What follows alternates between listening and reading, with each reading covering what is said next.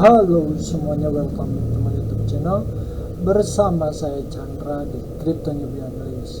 So, per hari ini saya bakalan membahas pergerakan harga Bitcoin yang dimana per hari ini lumayan signifikan teman-teman. Harga Bitcoin pump lagi tapi masih tetap berada di posisi harga 17.300 sampai 17.400an. Bahkan barusan posisi harga Bitcoin sempat pump terlebih dahulu ke 17.400 tapi akhirnya ke reject lagi. Kalau misalkan kita ngelihat si posisinya per hari ini close dengan posisi candle hijau, yang dimana posisi close ini sangat bagus.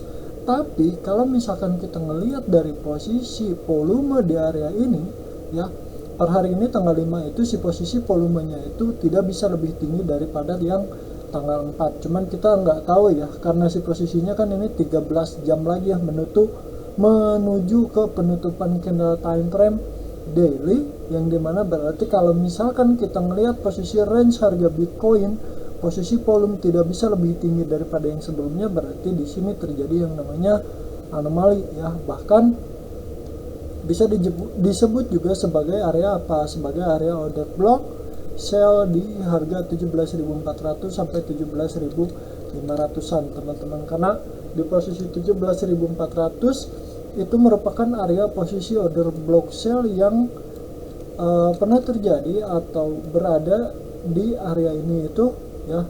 Sebelumnya itu pernah terjadi di range ini juga, yang dimana berarti di posisi ini sangat berpengaruh kepada kenaikan harga Bitcoin yang sekarang sedang berjalan teman-teman. Makanya kalau misalnya kita ngelihat posisi harga Bitcoin sempat tertahan terus di harga ini. Kalau misalnya kita ngelihat juga di posisi ini itu ya, di time frame 4 jam itu sudah terbentuk yang namanya bearish divergence teman-teman, seperti itu. Jadi kalau misalnya kita ngelihat dari posisi time frame daily seperti ini ya, kita coba akan melihat dari time frame hourly.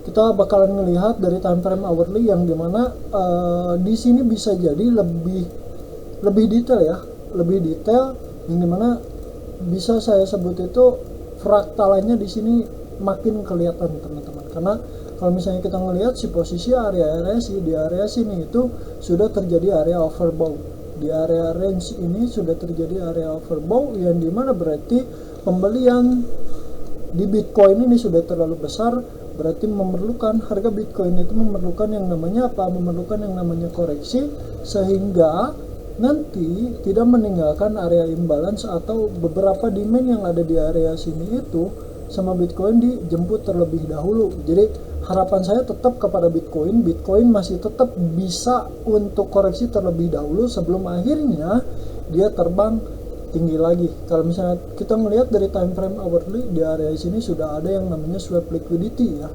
Maksudnya swap liquidity itu apa? Jadi swap liquidity itu pengambilan atau penjemputan area stop loss para retail teman-teman. Jadi di posisi range ini itu bisa disebutkan sebagai apa? Sebagai area liquidity, yang dimana si posisi retail itu mengambil open posisi short di area sini dengan penempatan stop loss di atas sumbu ini, dan ternyata si posisinya sekarang terambil. Berarti kalau misalkan sudah seperti ini ya, kalau misalkan di posisi ini hanya untuk mengswap liquidity saja, bisa jadi posisi harga Bitcoin akan turun dengan signifikan seperti itu, atau dia bakalan turun terlebih dahulu. Setidaknya harapan saya harga Bitcoin bisa turun terlebih dahulu menjemput area 16.500 sampai akhirnya si posisinya itu naik kembali teman-teman, seperti itu ya.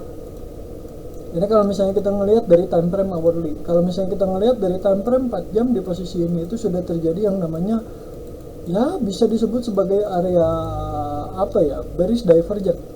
Bisa disebut juga sebagai bearish divergence, karena kalau misalnya kita ngelihat si posisinya ya, posisinya di sini itu si posisinya di chart Bitcoin itu membuat higher high ya, di sini membuat higher high. Tapi kalau misalnya kita ngelihat dari posisi RSI-nya malah membuat lower low, yang menandakan berarti di sini terjadi anomali ya, yang dimana posisinya akan ada penurunan terlebih dahulu atau koreksi terlebih dahulu menurut opini pribadi. Jadi saya masih tetap berharap posisi market Bitcoin bisa apa?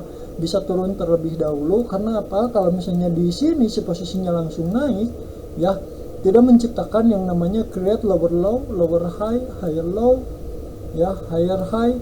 Berarti kan kalau misalnya di sini dia nggak bentuk higher high lagi, kita membutuhkan yang namanya higher low-nya dulu ya. Berarti si posisinya harus turun dulu baru dia naik lagi. Nah, kalau misalkan kita ngelihat posisi penurunannya akan sampai mana, kalau misalnya kita ngelihat dari sini ya, saya masih berharap posisi market Bitcoin setidaknya jatuh dulu ke 16.400 sampai 16.500-an. Karena di area sini juga bisa disebutkan sebagai area posisi demand zone yang kuat untuk Bitcoin, atau ada area penempatan imbalance yang harus dijemput terlebih dahulu. Baru kalau misalnya sudah sampai sana, Bitcoin mau langsung naik silahkan ya. Jadi supaya kenaikannya tidak pincang teman-teman ya, karena si posisinya membutuhkan create lower low dan higher low, atau lower high atau higher high ya. Ketika si posisinya higher high berarti harus ada higher low-nya terlebih dahulu ketika dia akan membuat atau create higher high lagi. Seperti itu. Kalau misalnya kita ngelihat dari aspek yang lain seperti apa, kita ngelihat dari posisi USDT dominance juga, si posisinya di sini time 4 jam ya. Posisi time 4 jam di posisi ini, si posisinya sudah create yang namanya bull dip ya, atau bullish divergence. Di posisi RSI si posisinya create higher low, tapi di posisi chart di sini membuat yang namanya atau create yang namanya lower low. Berarti di sini ada bullish divergence, yang dimana berarti pertanda ketika ada bullish divergence biasanya posisi market respect untuk naik terlebih dahulu ya.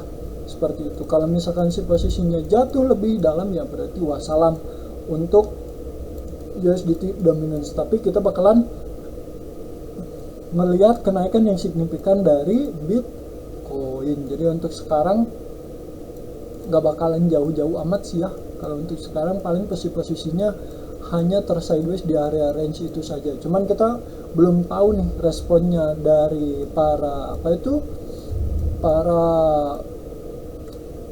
trader yang nanti buka jam 21.30 ya, atau 20.30 gitu. Jadi nanti kan biasanya ada kenaikan atau pergerakan yang impulsif itu ketika posisi market US buka. Jadi mungkin nanti kita bakalan ngelihat posisi yang agak agresif dari mana? Dari para trader yang ada di US atau New York teman-teman. Jadi untuk sekarang sebenarnya kalau misalnya kita ngelihat ya, si posisinya di sini udah create lower low ya, atau bull dip. Di USDT dominance juga udah ada bull dip ya. Terus di posisi Bitcoin di sini ada bear dip juga, ada bearish divergence. Kebetulan saya juga sudah ada beberapa setup untuk pengambilan posisi short ya. Jadi saya masih tetap menunggu terlebih dahulu teman-teman.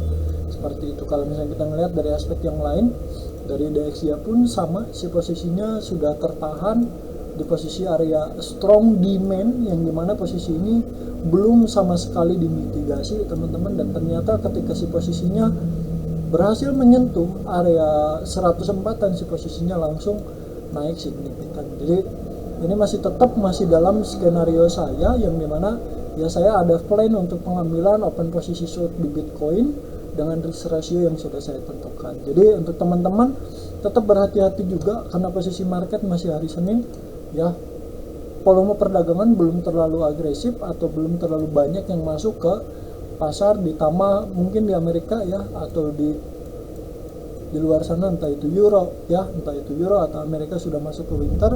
So tetap berhati-hati juga ya, karena posisi volume perdagangan masih kecil, rawan untuk terjadinya manipulasi. Jadi untuk teman-teman tetap berhati-hati, jangan lupa untuk pakai stop loss, dan jangan lupa juga untuk do your own research.